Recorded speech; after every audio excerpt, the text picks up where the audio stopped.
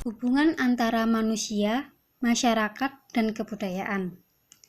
Antara manusia, masyarakat, dan kebudayaan ketiganya saling berhubungan satu sama lain. Masyarakat adalah suatu organisasi manusia yang saling berhubungan dengan kebudayaan. Kebudayaan bahkan bukan hanya merupakan kekuatan dari luar diri manusia, tetapi bisa tertanam dalam kepribadian individu. Dengan demikian, kebudayaan merupakan kekuatan pembentuk pola sikap dan perilaku manusia dari luar dan dari dalam. Unsur yang paling sentral dalam suatu kebudayaan adalah nilai-nilai yang merupakan suatu konsepsi tentang apa yang benar atau salah. Disebut dengan nilai moral. Baik atau buruk disebut dengan nilai estetika, serta indah atau jelek disebut dengan nilai estetika. Selanjutnya tentang hakikat masyarakat. Hakikat masyarakat dibedakan menjadi dua, yaitu masyarakat modern dan masyarakat tradisional. Masyarakat merupakan orang yang menempati suatu wilayah, baik langsung maupun tidak langsung, saling berhubungan sebagai usaha pemenuhan kebutuhan. Terkait sebagai satuan sosial melalui perasaan solidaritas karena latar belakang sejarah, politik, ataupun kebudayaan yang sama. Manusia merupakan bagian dari kehidupan makhluk sosial yang ada di muka bumi. Kumpulan dari manusia inilah yang kemudian dikenal sebagai masyarakat. Masyarakat secara umum diartikan sebagai sebuah kesatuan yang terjadi antara dua orang atau lebih manusia yang berada dalam sebuah wilayah dalam jangkauan waktu tertentu, atau masyarakat adalah sekelompok orang yang membentuk sebuah sistem semi tertutup atau semi terbuka, di mana sebagian besar interaksi adalah antara individu-individu yang berada dalam kelompok tersebut. Pada umumnya, istilah masyarakat digunakan untuk mengacu sekelompok orang yang hidup bersama dalam satu komunitas yang teratur.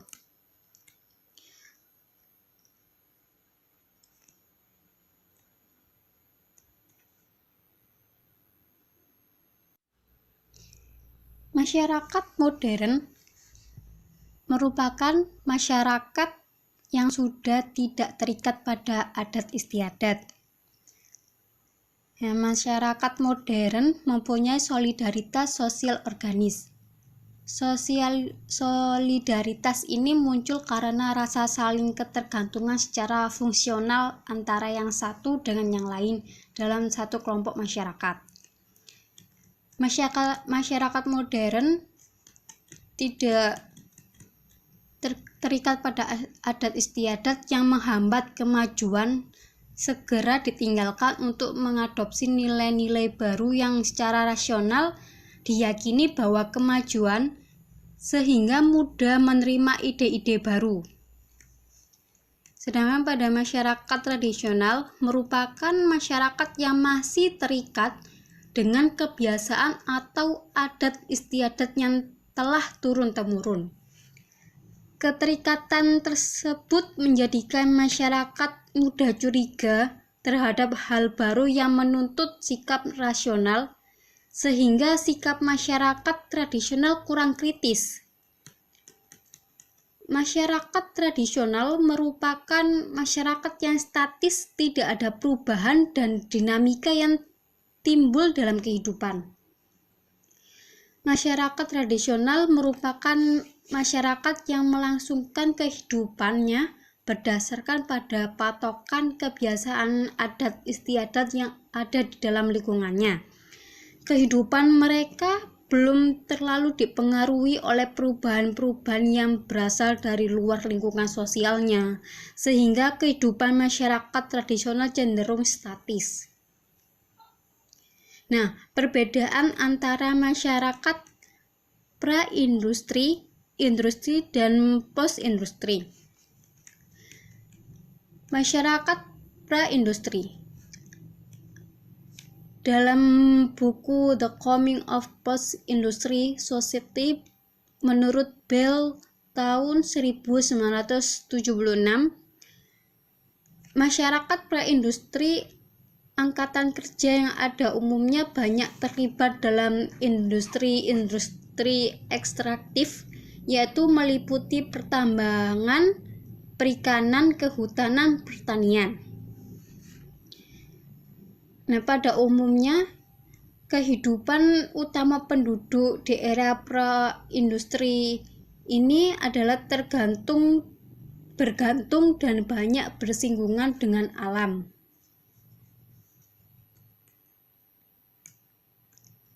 Masyarakat pra-industri adalah masyarakat agraris yang terstruktur dalam cara-cara yang rutin dan dikelola oleh otoritas tradisional. Sedangkan untuk masyarakat industri. Masyarakat industri adalah masyarakat penghasil barang. Kehidupan masyarakat industri ibaratnya adalah sebuah permainan bersama fabrikasi alam yang bersifat teknis dan rasional. Modernisasi dan kehadiran berbagai perangkat teknologi produksi atau mesin sangat mendominasi, dan ritme kehidupan masyarakat umumnya dipacu secara mekanis.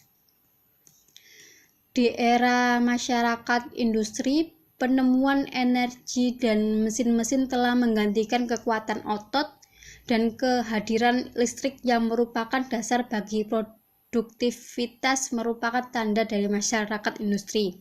Tadi kan membahas tentang masyarakat pra-industri itu mengandalkan otot-ototnya yang menghasilkan tradisional. Sedangkan masyarakat industri selalu mengandalkan tentang teknis. Selanjutnya tentang masyarakat post-industri. Masyarakat post-industri merupakan sebuah konsep ekonomi yang menjelaskan bahwa sektor jasa menghasilkan kesejahteraan yang lebih baik dibandingkan sektor industri atau manufaktur di beberapa negara. Masyarakat post-industri sebagai masyarakat informasi ini umumnya didasarkan pada jasa pelayanan dan keahlian profesional. Di era masyarakat post-industri, aktivitas perekonomian dan bahkan kehidupan sosial politik umumnya banyak dipengaruhi bukan hanya energi tetapi juga informasi. Nah, masyarakat seperti ini disebut sebagai kaum profesional karena mereka dalam bekerja berbekal dan dilengkapi dengan pendidikan dan kepelatihannya, sehingga memperoleh jenis keahlian yang semakin dibutuhkan dalam masyarakat pasca industri. Seperti pada era sekarang, banyak BLK, balai pelatihan, itu biasanya diberikan pengetahuan dan keahlian khusus agar nanti ketika sudah lulus mereka bisa menempatkan sesuai dengan keahlian yang telah didapatkan dari BLK tersebut. Seperti kalau khusus penjahit, dia bisa menjahit, khusus teknik, dia bisa masuk ke dalam teknik.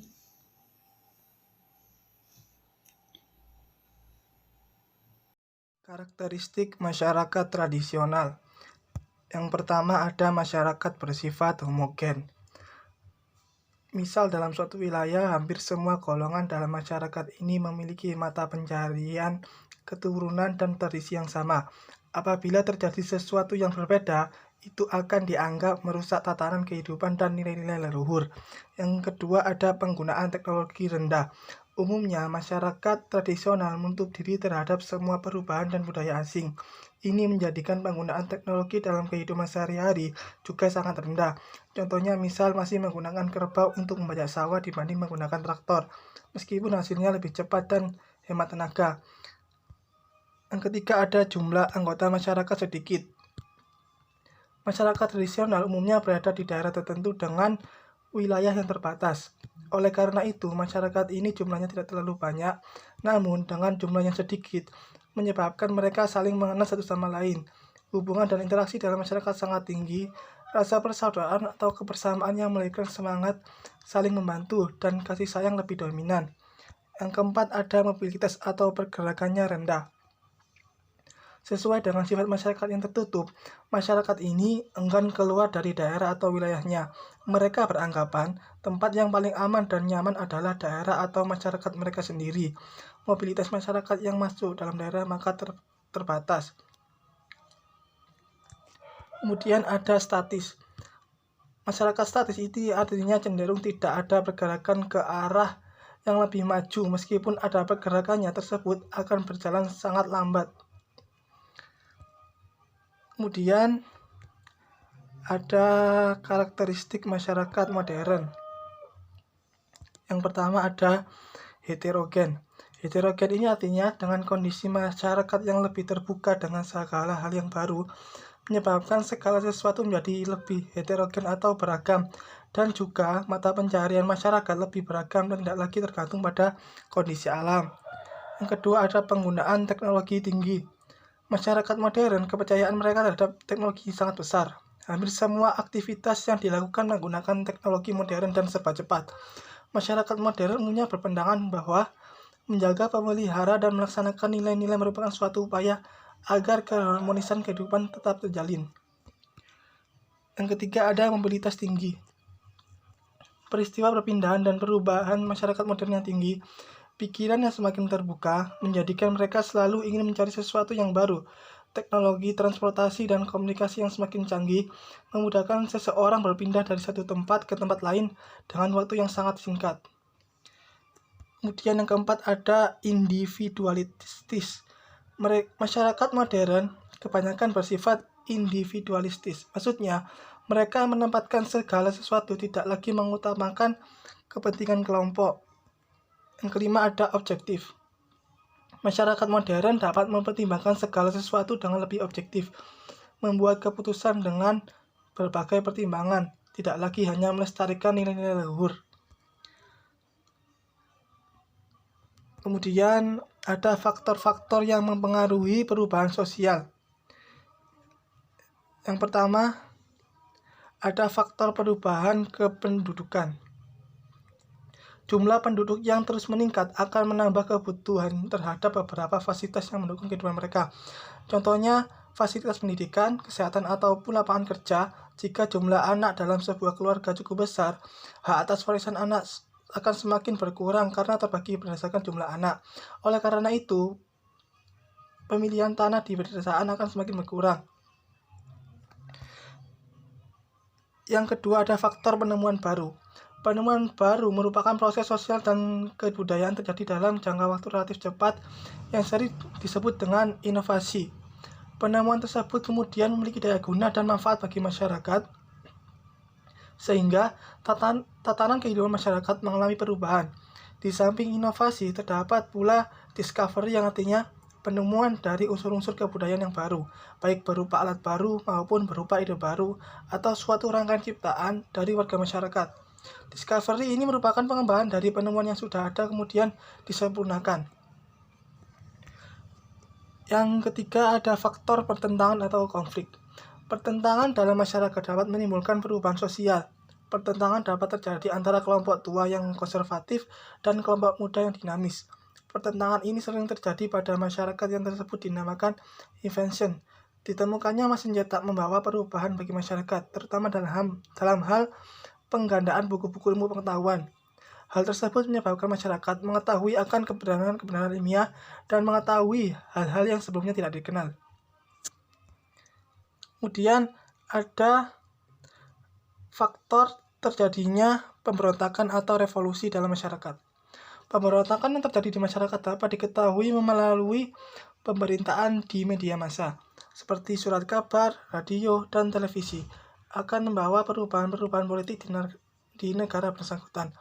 Contohnya pemberontakan yang terjadi di Sri Lanka yang dilakukan oleh suku Tamil atau pemberontakan di India yang dilakukan di daerah Kashmir. Contoh lainnya adalah pernyataan kemerdekaan secara sepihak oleh masyarakat Republik Ceko yang mengakibatkan pemerintahan Rusia berusaha menumpas pemberontakan tersebut. Kemudian ada faktor perubahan yang diakibatkan oleh lingkungan fisik. Gejala yang terjadi di lingkungan alam dapat menyebabkan perubahan sosial, misalnya gempa bumi terjadi di berbagai wilayah Indonesia. Gempa bumi tersebut menyebabkan masyarakat kehilangan banyak harta, benda, dan keluarga. Keadaan tersebut memaksa masyarakat membentuk kehidupan kembali melalui lembaga atau organisasi sosial yang baru karena kehidupan lama telah rusak atau hilang. Perubahan yang terjadi dalam kehidupan masyarakat seperti perubahan mata pencaharian, perubahan keluarga, atau perubahan kekayaan. Kemudian ada faktor peperangan. Faktor peperangan yang terjadi antara satu negara dengan negara lain menyebabkan terjadinya perubahan karena kehancuran akibat perang. Contohnya hancurnya harta benda, kehilangan anggota keluarga, atau bencana kelaparan. Negara yang kalah perang akan tunduk dengan menerima ideologi dan kebudayaan dari pihak yang memenangkan peperangan. Kemudian ada faktor kebudayaan masyarakat lain. Pengaruh kebudayaan dari masyarakat lain, terutama kebudayaan barat, dapat berasal dari film, televisi, radio, surat kabar, dan media massa lainnya. Kadang-kadang media tersebut memberikan pengaruh negatif yang tidak sesuai dengan gaya hidup masyarakat Indonesia. Akan tetapi, ada pula pengaruh luar yang positif, contohnya dalam pendidikan.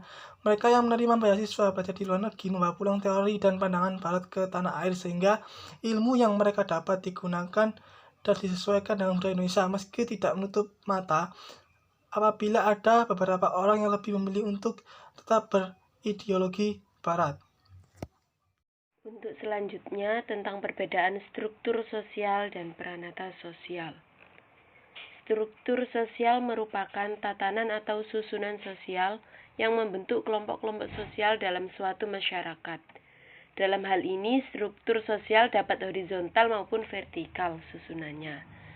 Contoh struktur sosial yang horizontal adalah kelompok pria dan kelompok wanita, atau kelompok yang beragama Islam, Kristen, Katolik, dan sebagainya.